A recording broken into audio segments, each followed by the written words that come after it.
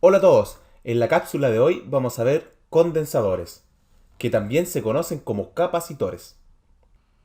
Hasta ahora habíamos visto como elementos del circuito las fuentes de energía y los resistores. La relación de voltaje y corriente entre los resistores la daba la ley de Ohm. Sabíamos que en una resistencia el voltaje está dado por la corriente multiplicado por su resistencia, ¿cierto? La resistencia entonces es un elemento pasivo, donde si el voltaje es constante a través de ella, la corriente también va a ser constante. Entonces, si por ejemplo el voltaje tiene un valor constante en el tiempo, la corriente en esa resistencia en el tiempo también va a ser constante y va a estar dada por un valor determinado por la ley de Ohm. Esto es para la resistencia, ¿cierto? Pero en un condensador tenemos algo totalmente diferente. Si el voltaje a través del condensador no cambia, entonces no habrá corriente a través de él. Es decir, si tenemos una fuente de voltaje fija alimentando a un condensador, que lo vamos a dibujar como una caja por ahora, la corriente en este condensador va a ser cero porque la fuente no varía. Ahora, si esta fuente varía de un valor inicial a un valor final, entonces en ese caso la corriente va a adquirir un valor diferente de cero solo durante un tiempo determinado. Y cuando este voltaje nuevamente entre en una zona constante y se establezca en su nuevo valor, nuevamente la corriente va a ser cero. Además, sabemos que cuando fluye corriente a través de una resistencia, sabemos que la energía se disipa en forma de calor. Esto no ocurre en un condensador en situación ideal, y en lugar de disiparse la energía, esta quedará almacenada en el condensador y el condensador la entregará, la liberará al circuito cuando sea requerida. Bueno, tenemos dos cosas aquí que hemos dicho. Una, que si el voltaje a través del condensador no cambia, entonces no hay corriente.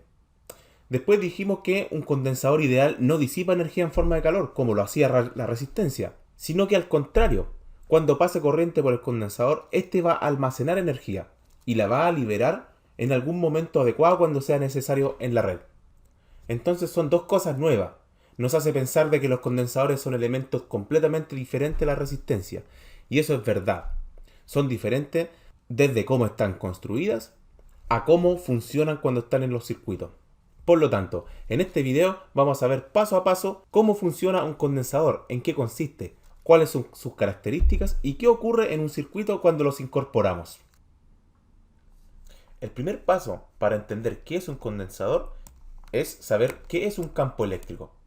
En torno a cualquier cuerpo cargado existirá un campo eléctrico. ¿Qué significa eso? Que cualquier cuerpo que tenga alguna carga eléctrica producirá un efecto sobre su entorno. Ese efecto se llama campo eléctrico. Si consideramos una carga positiva como la que aparece en la figura, que llamaremos Q1, y tiene un cierto valor en coulombs, que es la unidad con la que se mide el campo eléctrico, podemos representar el campo eléctrico que produce esa carga en el entorno mediante las líneas de flujo eléctrico que aparecen en azul. Mientras mayor sea el valor de la carga Q1, más líneas de campo eléctrico produce la carga. Entonces, mayor será el flujo. Entonces, una carga positiva del doble del valor de Q1, el doble de coulombs, podría producir un flujo eléctrico mayor, como aparece aquí en la figura. Ahora, no en todos los puntos del entorno el campo eléctrico producido por una carga va a ser igual de denso. Por ejemplo, si nosotros seleccionamos aquí una región que le vamos a llamar A y seleccionamos una región más lejana a la carga que le vamos a denominar región B, vemos que por esas dos regiones pasan la misma cantidad de líneas de flujo eléctrico. Sin embargo, el área de la región A es mucho menor. Es decir, mientras más cerca estamos de la carga, más denso es el flujo eléctrico. Y mientras más lejos estamos, menos denso es. Si por ejemplo en esta figura tomamos la misma región A, entonces vamos a tener una mayor cantidad de líneas de flujo en esa misma región A de la misma área que la primera que habíamos tomado. Por lo tanto, esta carga que es mayor, se aprecia que genera una densidad de flujo mucho mayor. Que quede claro que cuando estamos hablando de flujo eléctrico, no hablamos que exista un flujo de corriente, por ejemplo. Esas líneas azules no significa que haya un desplazamiento material de cargas, sino que es para señalizar un campo, un efecto abstracto que tiene la carga en el ambiente. Mientras mayor sea la densidad del flujo, mayor va a ser la intensidad del campo eléctrico que genera este cuerpo cargado. Entonces ya vemos que la intensidad del campo eléctrico depende de dos cosas hasta el momento. Uno, la distancia a la cual nos encontramos con respecto a la carga que lo produce. A menor distancia, mayor es la intensidad de campo eléctrico. También vimos que mientras mayor sea el valor de la carga, mayor es la intensidad de campo. Muy bien, hasta ahora solo hemos dicho que el campo eléctrico es un efecto que produce un cuerpo cargado en el entorno.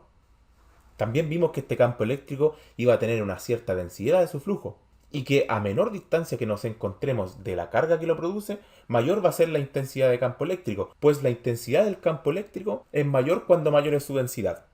También, si el valor de la carga que lo produce es mayor, entonces el flujo eléctrico producido es mayor y por lo tanto va a producir una mayor intensidad de campo eléctrico. Entonces ahora vamos a hacer una definición más precisa del campo eléctrico, ahora con matemática. El campo eléctrico es el entorno que rodea a una carga o cuerpo cargado eléctricamente, tal que si colocamos una carga, que vamos a llamar carga de prueba, en dicho entorno habrán fuerzas que actúen sobre la carga. ¿Esto qué quiere decir? Por ejemplo, si en esta figura tenemos una carga Q1 que cumple la condición de que cualquier carga genera un campo eléctrico como el que aparece acá, esas son las líneas del campo eléctrico, y si nosotros queremos saber el efecto de ese campo eléctrico, si queremos medir ese campo eléctrico, vamos a colocar una carga de prueba en algún punto a una distancia cualquiera de la carga que produce ese campo eléctrico. Entonces, ¿qué es lo que ocurre? Habrá una fuerza sobre esa carga. Sabemos que dos cargas ejercen fuerza entre ellas. En este caso son dos cargas positivas y la fuerza es de repulsión, ¿ok? Entonces aquí va a estar la fuerza ejercida por 1 sobre 2. Simplemente entonces el campo eléctrico, que se simboliza con una letra E manuscrita, va a ser igual a la fuerza por unidad de carga Q2. En particular, esta es la carga Q2 y se utiliza una carga, atención, de 1 coulomb de carga. Sabemos que el coulomb es la unidad de la carga y se simboliza con esa C mayúscula. Entonces, esta es la definición de campo eléctrico, la fuerza que ejerce la carga 1 sobre 2, en un cierto punto está ubicado la carga 2, dividido en el valor de la carga 2. En particular, ese valor de la carga 2 para medir el campo eléctrico es de 1 coulomb. Pero ¿cómo está definida esta fuerza? Tenemos que conocer la ley de Coulomb. Por ejemplo, entre dos cargas que están a una distancia R, Q1, Q2, si queremos saber la fuerza, que en este caso también es de repulsión porque ambas son positivas, la fuerza que ejerce la carga Q1 sobre Q2, eso va a ser igual a una constante K, que ya vamos a decir cuánto vale esa constante K, por la multiplicación del valor de ambas cargas, partido en la distancia, el R al cuadrado. Esta fuerza se mide en newtons, ¿cierto? La fuerza se mide en newton. Y por lo tanto, si nosotros sabemos que para calcular el campo eléctrico, nosotros utilizamos una carga Q2 de 1 coulomb, entonces la fuerza de esa carga Q1 sería igual a K por Q1 partido R cuadrado. Por lo tanto, el campo eléctrico sería, sabemos que es la fuerza partido en la carga Q2. En este caso, esa carga Q2, ¿cierto? Fuerza partido carga Q2. Pero Q2 vale 1. Entonces nos daría K por Q1. Esto estaba en newton, ¿cierto? Porque es una fuerza. Partido en R cuadrado por 1 partido 1 coulomb. Entonces nos queda lo mismo.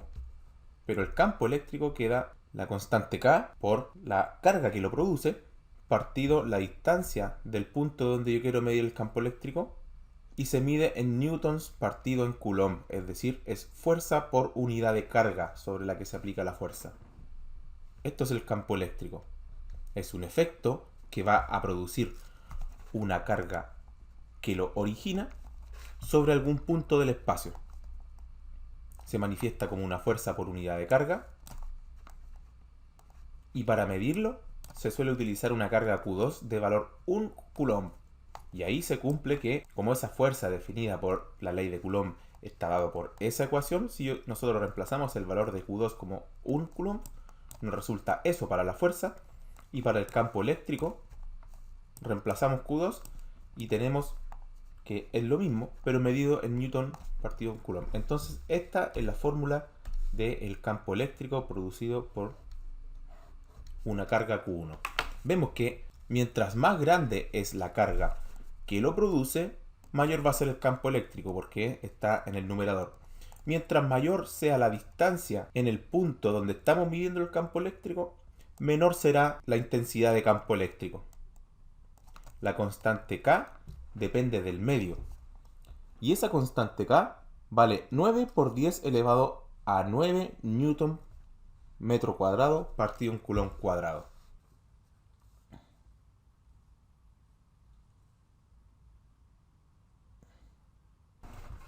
Ahora, no siempre la carga que produce el campo eléctrico es positiva.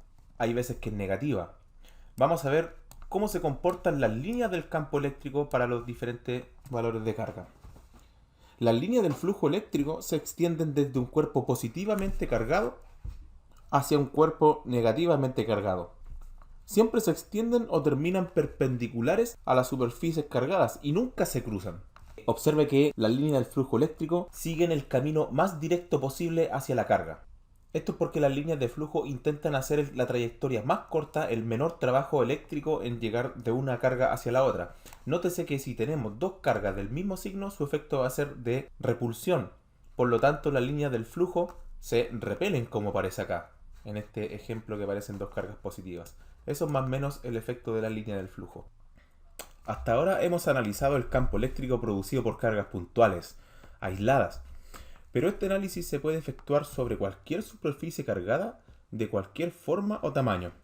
Por ejemplo, dos placas o láminas de aluminio como las que aparecen aquí en la figura. El aluminio, entre paréntesis, es el material más utilizado para la construcción de condensadores. Además, estas placas de aluminio se encuentran separadas una de la otra a una distancia d. ¿Ya? Es decir, existe aquí una separación entre ambas placas. No se tocan. No hay contacto eléctrico entre ellas. Sabemos que los metales y la materia en general está llena de electrones y protones en su composición, que son cargas negativas y positivas respectivamente. Sin embargo, estas placas no se encuentran polarizadas, así como están ahí. Es decir, no tienen carga predominantes en base a la cual podamos decir que una de estas placas tenga alguna carga negativa, como por ejemplo la placa de arriba tenga una carga negativa, y la placa de abajo, por ejemplo, digamos que tenga una carga positiva. ¿Cómo podemos establecer una diferencia de cargas, así como está ahí, en estas placas? Necesitamos una fuente de poder que provea un voltaje. Por medio de este voltaje podemos crear una diferencia de potencial y polarizar las placas así de esta manera. Entonces, si conectamos estas placas a una fuente de voltaje, que vamos a simbolizar con la letra V sub F, y a través de un interruptor abierto inicialmente y una resistencia que vamos a llamar R, de esta forma. Y si cerramos el interruptor, debido a la diferencia de potencial de la fuente, va a existir un flujo de electrones yendo desde la placa superior hacia la terminal positiva de la fuente. Existirá entonces un flujo de corriente limitado solamente por la resistencia, que en un principio será un alto flujo y decrecerá con el tiempo, como demostraremos más adelante. Entonces, esta acción crea en la placa superior una carga positiva, pues los electrones de esta placa migraron hacia la terminal positiva de la fuente. A su vez, la terminal negativa de la fuente va a repeler estos electrones hacia la placa de abajo. ¿Ok? Entonces tendremos electrones migrando desde la placa de arriba hacia la placa de abajo debido a la acción de la fuente, lo que provocará que en la placa inferior se acumule carga negativa entonces. Los electrones que vienen desde la placa superior hacia la terminal positiva de la fuente son repelidos a la misma velocidad por la terminal negativa de la fuente hacia la placa de abajo. Entonces tendremos un flujo de corriente entre las dos placas, pero notar que entre las placas, por el espacio de aire que las separa entre ellas, no hay flujo de corriente. Los electrones pasan a través de la resistencia y la fuente de voltaje y se dirigen entre las placas, pero en medio de las placas, en el aire, no hay corriente, no hay transferencia de carga. Por lo tanto, el condensador se comporta como un circuito abierto en todo momento. Bien, y esta transferencia de electrones continúa hasta que la diferencia de potencial, es decir, el voltaje, a través del condensador, que va apareciendo debido a la diferencia entre las cargas, sea igual al voltaje de la fuente. En este momento, cuando los voltajes se igualen y ya no puede haber más desplazamiento de carga, la corriente va a ser cero y las placas quedarán cargadas como aparece acá. Entonces este es el resultado final. Una carga positiva en la placa superior y una carga negativa en la placa inferior. Muy parecido en muchos aspectos a las dos cargas aisladas que vimos anteriormente, entre las que había campos eléctricos. Entonces, este elemento compuesto por dos placas metálicas de aluminio, en este caso, separadas por una cierta distancia d, se denomina como un condensador. También se le puede denominar capacitor. Aquí cabe hacer un pequeño alcance. En la realidad, esto es lo que ocurre. Existen electrones debido a esa fuente de voltaje que están migrando desde las placas. Sin embargo, la convención, la notación que se adopta en los libros, en los textos académicos y también en todas las asignaturas, como va a ser el caso de nuestra asignatura también, es que existe un flujo de protones, no de electrones, que están yendo desde la placa positiva hacia la placa negativa de la fuente. En este caso estarían migrando los protones, las cargas positivas, desde la placa inferior hacia la terminal negativa de la fuente, estarían siendo repelidos por la terminal positiva de la fuente hacia arriba y se estarían acumulando en la placa positiva. En los dos casos el efecto es el mismo. Van a quedar las cargas positivas arriba, las negativas abajo. Sin embargo, en la literatura, en todos los textos científicos y en los cursos de teoría de circuito, se suele simbolizar la corriente como un flujo de protones y no de electrones, como habíamos visto nosotros. ¿Se acuerdan de la convención activa y pasiva? En un elemento pasivo, la corriente entra por el negativo, ¿cierto? Y sale por el positivo. De esta forma, se estaría simbolizando el condensador como un elemento pasivo que está absorbiendo energía. Está llegando protones por la terminal positiva del voltaje en el condensador, como no lo dibujamos acá. Entonces, ese es un pequeño alcance. La corriente se va a seguir simbolizando como lo habíamos hecho, saliendo desde la placa positiva de la fuente, entrando por la negativa, y en este caso el condensador se va a tomar como un elemento pasivo cuando se encuentra recibiendo carga, cuando se está cargando de esta forma, y se va a dibujar su voltaje de esa forma. Entonces podemos definir la capacitancia de un condensador como su capacidad de almacenar carga en sus placas. Este concepto, en otras palabras, va a representar la capacidad de almacenamiento que tiene este aparato, este condensador. La capacitancia se denota con la letra C mayúscula y es proporcional a la carga, es decir, mientras más capacitancia tiene un condensador, más carga puede almacenar. La unidad de medida de la capacitancia es el faradio. Su unidad de medida entonces se escribe con la letra F mayúscula. Entonces aquí viene la ecuación que representa la capacitancia, que representa conceptualmente la capacitancia, es decir, que relaciona el voltaje que va a aparecer en el condensador y la carga que va a almacenar debido a la aplicación de este voltaje en el condensador. La carga Q sería igual a la capacitancia, simplemente en faradios, por el voltaje que aparece en los terminales del condensador. Entonces tenemos que esto representa a la carga almacenada en el condensador. Esto es la capacitancia de nuestro condensador. Y Vc es el voltaje en los terminales del condensador. Esa es la relación. Esta es nuestra primera ecuación que vamos a utilizar para resolver nuestros ejercicios. Además, hay que agregar que la intensidad del campo eléctrico que se genera en las placas cuando nosotros almacenamos carga está determinada simplemente por el voltaje que apareció ahí en las placas y la distancia de separación de las placas. Mientras mayor es el voltaje que aplicamos, que se genera entre las placas del condensador, mayor es el campo eléctrico que aparece ahí en el condensador. Mientras menor es la distancia, mientras más cerca estén las placas, mayor es el campo eléctrico. El campo eléctrico entonces habíamos visto que se mide en newton partido en coulomb. También se puede medir en volt partido metro porque el voltaje se mide en volt y la distancia en metros. Para representar esto veamos la siguiente figura. Aquí aparece el esquema de un condensador. Las placas aquí aparecen paralelas y miradas desde el lado. Entonces, si suponemos que la placa de arriba quedó con carga positiva, después de haberle aplicado algún cierto voltaje, ahí tenemos la placa superior cargada con carga positiva, una cierta carga Q, y la placa de abajo cargada negativamente. La cantidad de carga almacenada, esta diferencia entre las cargas, va a generar un campo eléctrico, como vimos. El campo eléctrico siempre se dirige desde la parte positiva, desde el cuerpo cargado de manera positiva al cuerpo cargado negativo. Entonces tenemos un campo eléctrico que depende de la distancia D y también del voltaje que va a aparecer en los terminales del condensador debido a la carga que se acumuló.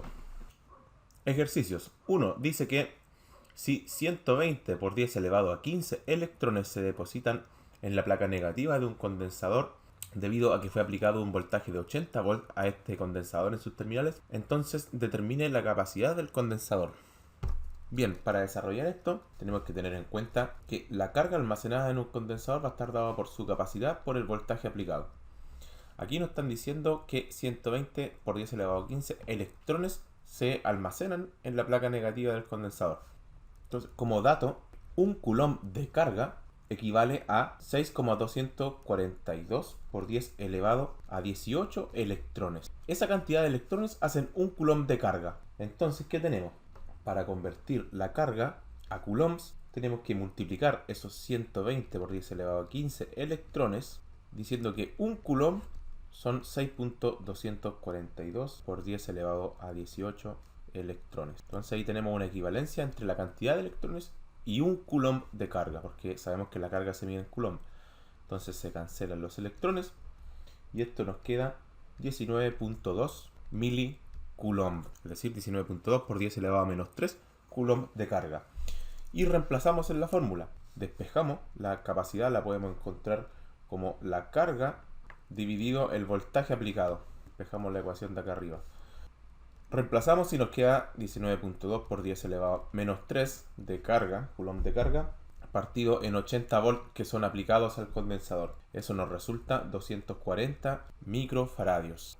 240 microfaradios son 240 por 10 elevado a menos 6 faradios. Esa es la capacidad de almacenamiento de este condensador. Ejercicio 2. A un condensador de capacitancia, y anotar la capacitancia aquí, 840 microfaradios. Se le aplica un voltaje VC, tal que se almacenan 100.8 milicoulomb de carga. Determine ese voltaje VC aplicado. Y después nos preguntan, si la distancia entre ambas placas es de 23 milímetros, determine el campo eléctrico en el interior del condensador. Entonces, nuevamente sabemos que la carga almacenada es igual a la capacidad por el voltaje aplicado. Entonces, el voltaje aplicado que nos están preguntando sería la carga dividido la capacitancia, y eso es igual a, reemplazando 100.8 por 10 elevado a menos 3 coulomb de carga, ¿cierto? Aquí nos están dando directamente la cantidad de carga, partido por 840 por 10 elevado a menos 6 faradios. Arriba coulomb entonces y abajo faradios, porque son 840 microfaradios. Por lo tanto, nos queda 120 volts que fueron aplicados a ese condensador. El campo eléctrico, ¿cuánto es? Sabemos que el campo eléctrico es igual al voltaje que aparece en el condensador dividido la distancia entre sus placas. Tenemos que el voltaje son 120 volts, lo acabamos de encontrar, y la distancia entre las placas son 23 milímetros. 23 por 10 elevado a menos 3 metros. Eso nos resulta en 5,22 por 10 elevado a 3 volt partido metro, o bien lo podemos dejar también como newton partido en coulomb. Volt partido en distancia, newton por fuerza por unidad de carga. Campo eléctrico, ese es el campo dentro del condensador. Ahora vamos a ver un poco sobre la construcción de un condensador. Lo primero que vamos a ver es el uso de materiales dieléctricos en un condensador. Un material dieléctrico no es más que un material aislante. Ya tenemos más o menos una idea nosotros de qué es un material aislante. Un material con una resistencia muy alta, ¿cierto? Que no permite el paso de la corriente. Colocando un dieléctrico entre las placas de un condensador, vamos a aumentar la capacidad de este condensador. Para entenderlo, vamos a ver lo siguiente. Aquí tenemos un esquema de un condensador. Aquí tenemos dos placas de aluminio que están ahí en gris, separadas por una distancia D, que yo quiero que sea muy pequeña, ¿cierto? Para tener un campo eléctrico grande. Tenemos aquí un material aislante, un dieléctrico, eso que está ahí entre medio de las placas. Para entender qué es lo que ocurre a continuación, supongamos que estos círculos morados que aparecen ahí ahora en el dieléctrico son los átomos del dieléctrico. Ahora suponga que el condensador lo conectamos a una fuente de voltaje en un circuito. Sus placas se cargaron hasta que el voltaje a través del condensador es BC. Como el dieléctrico es aislante, los electrones a través de este no pueden abandonar el átomo padre y dirigirse hacia la placa positiva. Lo mismo para los protones. Sin embargo, tanto los protones como electrones se desplazarán hacia los extremos del átomo, formando dipolos, como se aprecia ahora. Estos serán entonces los dipolos. Los protones están orientados hacia la placa negativa y los electrones hacia la placa positiva. Entonces, cuando los dipolos se alinean como están ahora, se dice que el material dieléctrico se encuentra polarizado. Ahora, examinemos los componentes de los dipolos adyacentes entre cada átomo. Por ejemplo, estos que están aquí. Positivo ahí con negativo. En todos los dipolos, estos neutralizarán sus efectos de campo eléctrico unos con otros al interior del dieléctrico. Sin embargo, las cargas negativas que están adyacentes a la placa positiva, arriba, toda esa capa, y la capa positiva abajo que está adyacente a la placa cargada negativa, no se neutralizará con los demás dipolos, como puede apreciar. Por lo que estas dos capas adyacentes, superiores e inferiores, formarán un campo eléctrico interno en el dieléctrico, como se muestra en la siguiente figura. Bien, en esta figura se está mostrando la misma situación, el mismo condensador de acá, solamente que solo se están representando las capas de los dipolos cuyas componentes no se están neutralizando dentro del dieléctrico. Bien, esas que están en verde. Por lo tanto, aquí, como dijimos, se va a generar un campo eléctrico interno en el dieléctrico, que, como sabemos, va de positivo a negativo. A este campo eléctrico le vamos a colocar campo eléctrico del dieléctrico. Entonces tenemos estas capas del dieléctrico no neutralizadas, pero que están, entre comillas, debilitando el campo eléctrico producido por las placas del condensador. A continuación se detallará cómo será este debilitamiento del campo producido por las placas. Vamos a ver el efecto del dieléctrico en el campo eléctrico del condensador. ¿Qué es lo que ocurre? El campo eléctrico dentro de este dieléctrico que nosotros vamos a colocar se va a oponer al campo eléctrico generado por las placas del condensador. ¿Cómo es esto? Por ejemplo, veamos el mismo condensador separado a una distancia D con el mismo voltaje C hay entre sus terminales generado por la acumulación de carga en sus placas. La placa superior tiene carga positiva y la inferior negativa, por lo tanto va a haber un campo eléctrico que se dirige hacia el cuerpo cargado negativo. A ese campo eléctrico le vamos a llamar E1, que es el campo eléctrico formado por las placas del condensador. ¿Qué ocurre si ahora con la mano introducimos una hoja de mica? Imagínense eso, una hoja de mica, lo introducimos así, en esa dirección, entre las placas del condensador. La hoja de mica es un buen dieléctrico. Va a ocurrir lo siguiente. El campo eléctrico generado por las placas está en azul, ahí apunta hacia abajo, va de positivo a negativo, y se introduce este dieléctrico, esta hoja de mica aquí. Esa hoja de mica se va a ir polarizando, las moléculas internas se van a ir polarizando, cada uno de los dipolos internos se va cancelando, sobreviven los que están en las superficies y esos van a entrar a generar un campo eléctrico E2 que va hacia arriba, ¿cierto? Y va a debilitar al campo eléctrico original del condensador. Fíjense, esas líneas siguen estando ahí, obviamente, las azules, pero va a haber un efecto resultante de campo debilitado. Es decir, vamos a tener que el total va a ser un E1 menos E2. Pero ¿qué es lo que ocurre? Sobre este condensador hay un voltaje DC aplicado. Y si recordamos, el campo eléctrico está dado por el voltaje aplicado sobre las placas y la distancia. Entonces, ninguna de estas cosas la hemos modificado, ni el voltaje ni la distancia.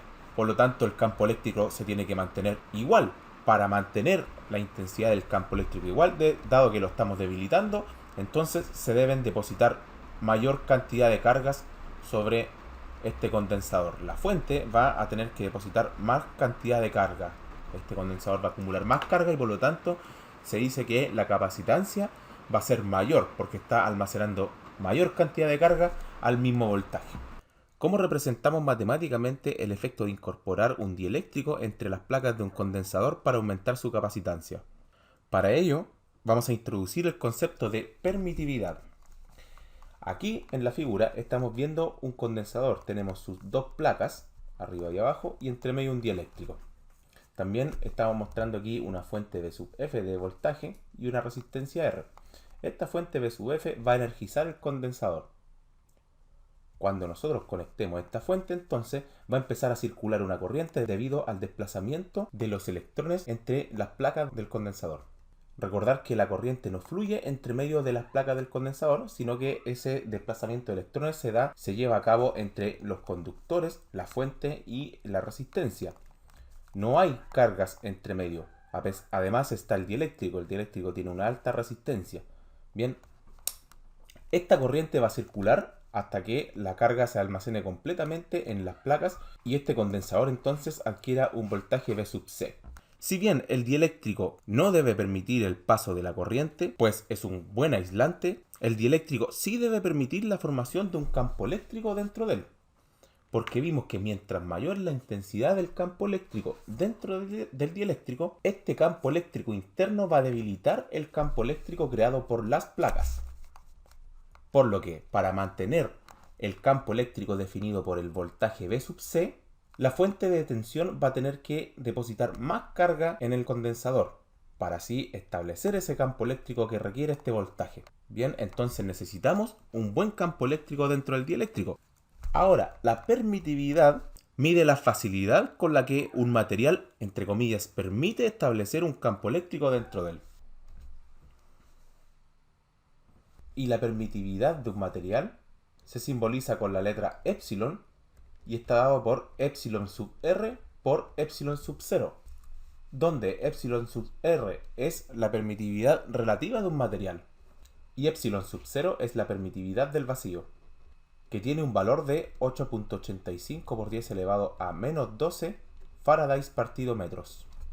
Entonces simplemente epsilon sub r compara la permitividad de un material con la permitividad del vacío. Entonces, si por ejemplo tenemos un dieléctrico de porcelana que tiene un epsilon relativo de 6, ese es un dato que uno lo saca de las tablas.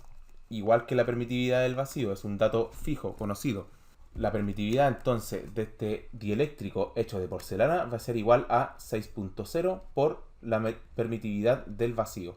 Así de simple. Esto quiere decir que el campo eléctrico creado en el interior de un dieléctrico de porcelana será 6 veces mayor que el de un campo eléctrico creado en un dieléctrico de aire, o bien si no tuviera. Entonces la capacitancia obtenida incorporando este dieléctrico de porcelana sería 6 veces mayor también, por lo que se puede almacenar más carga en este condensador. Ahora ya sabemos los componentes básicos de un condensador. Primero dijimos las placas conductoras, la separación también que existe entre ellas y el dieléctrico que va incorporado entre las placas. Sin embargo, cabe preguntarse, ¿cómo interactúan estos factores? ¿Cómo los combinamos para determinar la capacitancia de un condensador? Simplemente, la capacitancia de un condensador está dada por la permitividad por el área de las placas dividido en la distancia, así de simple. La capacidad sabemos que se mide en faradios, la permitividad se mide en faradios partido metro, el área se va a medir en metros cuadrados y la distancia se mide en metros. Así de simple. Sabemos que la permitividad es igual a la permitividad relativa de un dieléctrico por la permitividad del vacío. Reemplazando tenemos que la capacitancia es igual a la permitividad relativa del dieléctrico por la permitividad relativa del vacío. Estas dos cosas las vamos a conocer. El área de las placas y la distancia entre ellas. Esto quiere decir que mientras más permisivo para el campo eléctrico sea un dieléctrico, mayor capacidad obtendremos, como lo acabamos de describir. También, si mayor es el área del condensador, si mayor es el área de las placas, mayor cantidad de carga va a poder almacenar, por lo tanto la capacidad es mayor. Y mientras menor sea la distancia entre las placas, mayor será el campo eléctrico creado dentro del dieléctrico. Por lo tanto, también aumenta la capacitancia disminuyendo la distancia entre las placas. Ejercicio. Para el condensador de la figura, determine A. La capacitancia. B. El campo eléctrico si se aplican 24 volts entre los terminales. C. Determine la carga en cada placa. Entonces, para resolver la A, sabemos que la capacitancia es igual a la permitividad por el área dividido en la distancia. En la figura se muestra que este condensador no tiene un dieléctrico entre medio, está en el vacío. Por lo tanto, esto es igual a la permitividad del vacío por el área dividido la distancia.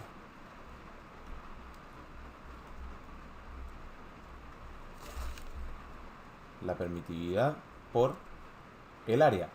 Y el área es 6.2 centímetros convertidos a metros. Por el otro lado, que es 7,5 también centímetros convertidos a metros. Y todo eso dividido por la distancia, convertida a metros también.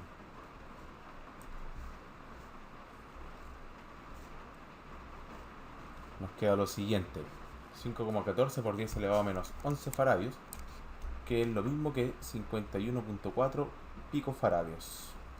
La B, el campo eléctrico, entonces simplemente es igual al voltaje partido en la distancia, serían 30 kilovolts. Nótese que aquí abajo esto es la conversión de milímetros a metros. Muy bien, entonces ese campo eléctrico se establece debido a ese voltaje y a esa separación entre las placas. Y finalmente la carga almacenada está dada por la capacitancia por el voltaje, así de simple. Es igual a 1.23 por 10 elevado a menos 9 coulomb, lo que sería igual a 1.23 nanocoulomb. Ok, si nos pidieran repetir lo mismo, pero por ejemplo utilizando ahora un dieléctrico aquí entre medio de vidrio, lo que hacemos es buscar la permitividad relativa del vidrio. Lo podemos encontrar en cualquier tabla que aparezca en internet o en algún libro, y esa permitividad relativa es igual a 7.5, es decir, la permitividad del dieléctrico hecho de vidrio va a ser igual a 7.5 veces la permitividad del vacío, que es farads partido metros. En base a esta nueva permitividad, yo vuelvo a rehacer todos los cálculos. Saco la capacitancia, luego saco el campo eléctrico. Nótese que aquí el campo eléctrico tiene que ser el mismo, porque el voltaje no cambia ni la distancia. Por lo tanto, este campo eléctrico, que aquí hay un error, está en kilovolt partido metros, ¿ya? Hay un pequeño detalle.